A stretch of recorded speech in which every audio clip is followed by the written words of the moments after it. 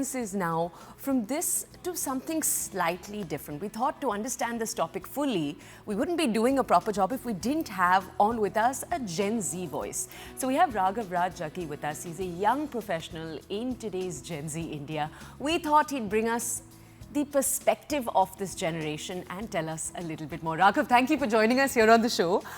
Raghav, tell us something. When you were hearing that discussion and we were talking so much about the changes that are coming across in workplaces in the last 10 years, what's your lived experience with that?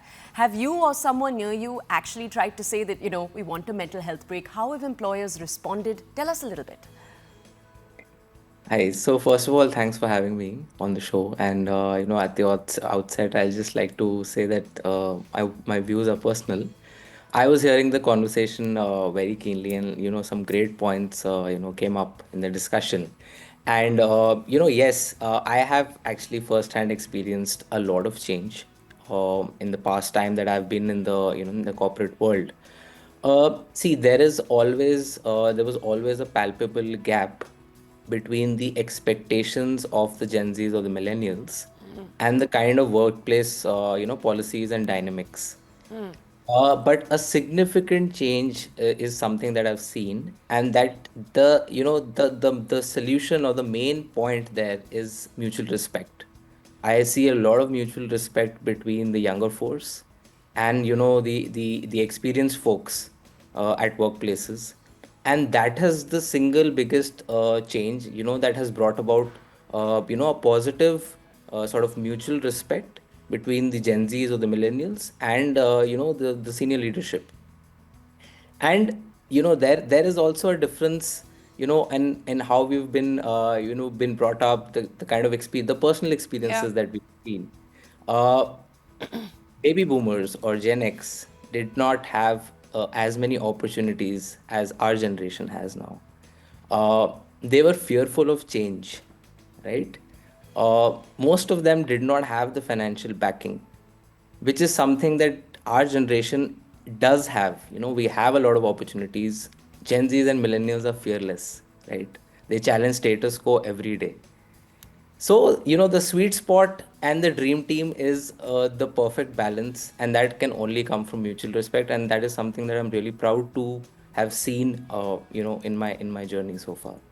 Raghav, I'm so glad you brought in the point of different generations and how they're responding to this conversation. This is clearly more of a generation debate than a mindset debate for me of how baby boomers, maybe people like Narayan Murthy, etc., have been working the life that they willed, the life that they thought, or what defines success for them versus what defines success for Gen Zs and millennials. And it perhaps will again change with Alpha and Beta coming in. But is there a way, I'm trying to understand, are Gen Zs and millennials now ready at that brink to say no to jobs which require too much? Are we at that phase? So, I would actually like to, and that's a great question, by the way. I would like to say that they're very aware. They are very aware of what they want, and more importantly, what they don't want, right? So Gen Zs and millennials are hyper aware. They are, like I said, because they have so many opportunities, they are in a position to take that decision that, if this does not align with their personal values or their mindset or their mental peace, they are willing to take that risk. Their risk taking appetite is off the roof, right? And they are very cognizant of the effects. They are very cognizant that, we may not have a job for 3 4 months, but that's fine. So yeah, I mean, they are absolutely fearless.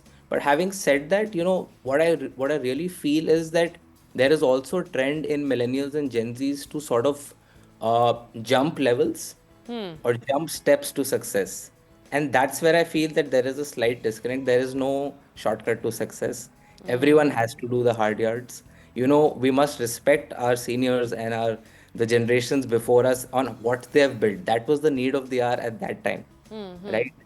And the experience, knowledge, and wisdom that they have got, there is no substitute to that. So that's my only caveat there. I love that. I want to ask you, Raghav, tell us, how do you think social media has affected this entire discussion? And I ask you that because social media has now made certain jobs more accessible, the idea of being an influencer, the idea that whatever you are, so for example, even if you're a young farmer, you can put that on social media. You have a lot of, I've seen millennial tech-savvy farmers who are going back to, where their parents perhaps grew crops and making it social media friendly. So we're seeing social media enter the discussion. How do you think that's changing work trends? Yep. I think, yeah, with the advent of social media, everything is out there, right? Whatever you speak, whatever your views are. So, there are two points to this. The first point is that people are not shying away from speaking up. Like, I was hearing Dr. Shyam and Anisha. They are not shying away from speaking up at all or voicing their personal views in public forums. And by the way, it takes a lot of courage to do that. But with the access and the opportunities and the fearlessness, a lot of people are now speaking up. So I think the whole stigma around mental health and burning out is now being spoken about. So it's no longer a stigma at that level. A lot of people are coming out and speaking about it. It is actually very very prevalent. uh, I would also say that there is a connotation with social media that things are slightly blown out of proportion because one thing transpires to the other and then it spirals, right? So people also do have to be a little cautious about how they're going about and voicing their opinions.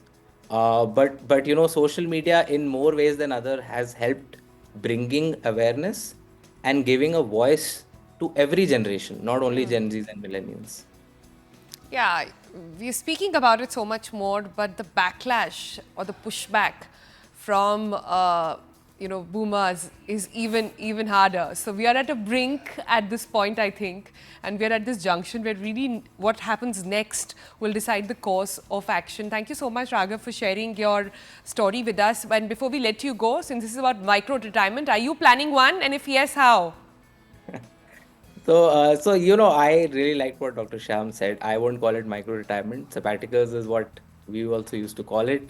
And I have a sort of a different take on this. I would rather say that it's not you work for 4 months then take a 4 month break. For me, it's finding those pockets of time post work on a daily basis. Just switching off when you're not in the office place and when you just shut down completely. And there are many ways of doing that. You can have a hobby, you can have a routine, you can go to the gym.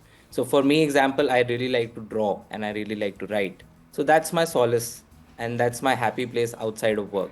So I would believe that finding small pockets of time is what I do. But yes, that trend of sabbaticals and micro retirement is slowly gaining traction in Indians as well now. Well, that's the dream life, finding small pockets, and if you can't get it, then finding a bigger pocket over there. Thank you so much, Raghav, for Thank you so joining much. us and sharing your thoughts with us, yeah?